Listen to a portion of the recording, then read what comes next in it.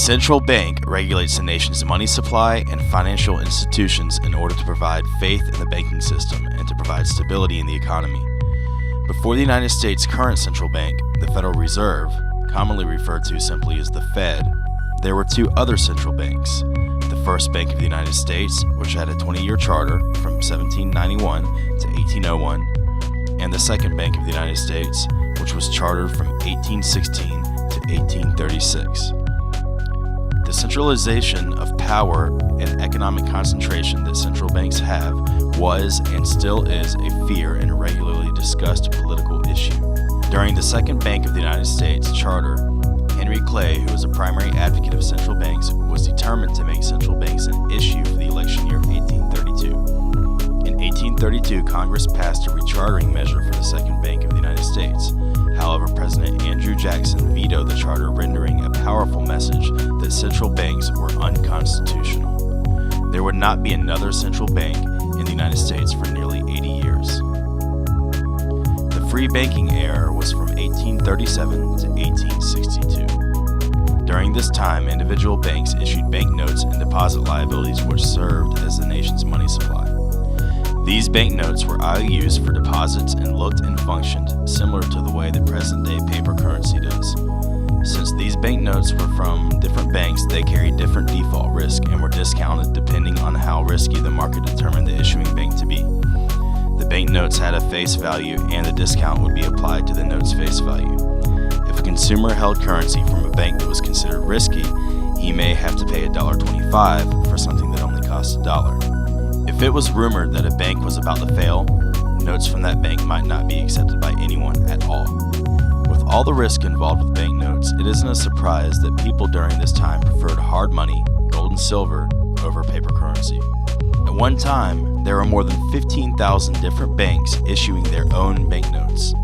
As you can imagine, this was very confusing and it became difficult to distinguish the good banknotes from the bad banknotes. Another problem that occurred during this time was that the quantity of money varied greatly in the United States. Banks would issue more loans, meaning that they printed more banknotes during economic booms and would contract their level of lending during recessions. A lot of private banks would fail during recessions, inducing banks to further contract the money supply. Thus, the nation's money supply was not only of varying credit quality, but it was also expanding and contracting, thereby exaggerating the cycles. A series of national banking acts were passed in the mid-1860s in an attempt to improve the soundness of the money and to assist in financing the Civil War by allowing the sale of U.S. government bonds. Remember, as we said before, at one time there were more than 15,000 different currencies in circulation. To force the multitudes of different banknotes out of circulation and move to a sound money supply, the National Banking Acts applied a 10% annual tax on all banknotes that were issued by state-chartered banks. This act made it expensive to issue banknotes and made it difficult for state banks to compete with national banks. However, banks were allowed to be chartered as national banks and issue banknotes tax-free if they agreed to be regulated by the Comptroller of Currency. Among the conditions required to issue banknotes were 1. Banks were required to have their banknotes printed by the U.S. Mint to reduce the risk of counterfeiting, and 2. Banks were required to back their banknotes with holdings of U.S. government bonds that slightly exceeded the value of the banknotes. This was supposed to provide faith in nationally chartered banks because if the bank failed, the issued banknotes could still be redeemed at face value. State banks were allowed to operate, but the number of state banks was expected to dwindle considerably due to the 10% annual tax imposed on the issuance of banknotes. Although it was expensive for state banks to issue banknotes, they were still allowed to issue demand deposit liabilities, checking accounts, instead of banknotes. Checking accounts quickly became popular, and the number of state banks did not dwindle as much as expected. However, notes issued by state and local banks were essentially pushed out of circulation due to the 10% tax. The checking accounts were still not insured, and there was still risk of failure, so the demand deposits were often discounted when used for financial transactions.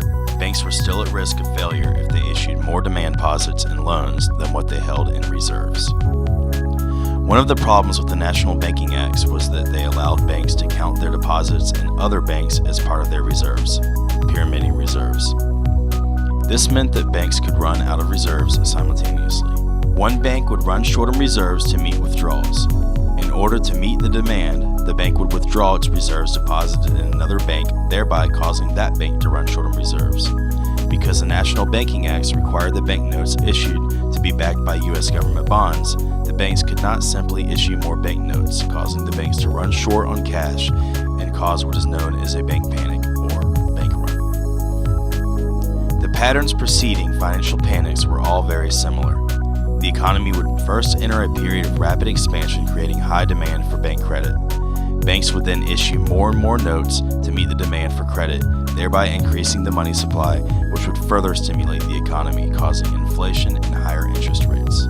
Some banks overextended themselves by issuing too many banknotes compared to the amount of reserves they held. As the economy would begin to slow down, the overextended banks would not be able to meet their demands, causing people to panic.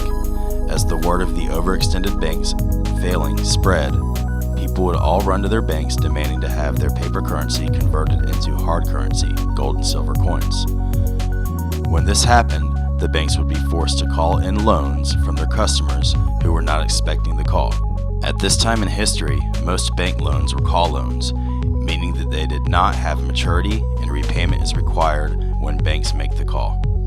When banks called in their loans, it would cause many businesses to fail because they were not expecting the call. The panic was perpetuated through word of mouth, only spreading the bank panic further, thereby causing a large number of banks to fail. The failure of so many banks would push the economy into a recession.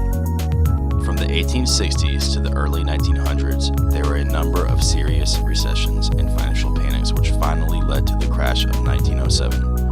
The 1907 panic caused widespread bank failures, heavy losses to depositors, and forced the economy into a deep recession. The Panic of 1907 convinced the public and the politicians that a central bank was necessary to prevent widespread bank panics, which resulted in economic recessions. There is a lot of disagreement on how these central banks should be structured, and establishing the Federal Reserve System was most definitely a challenge.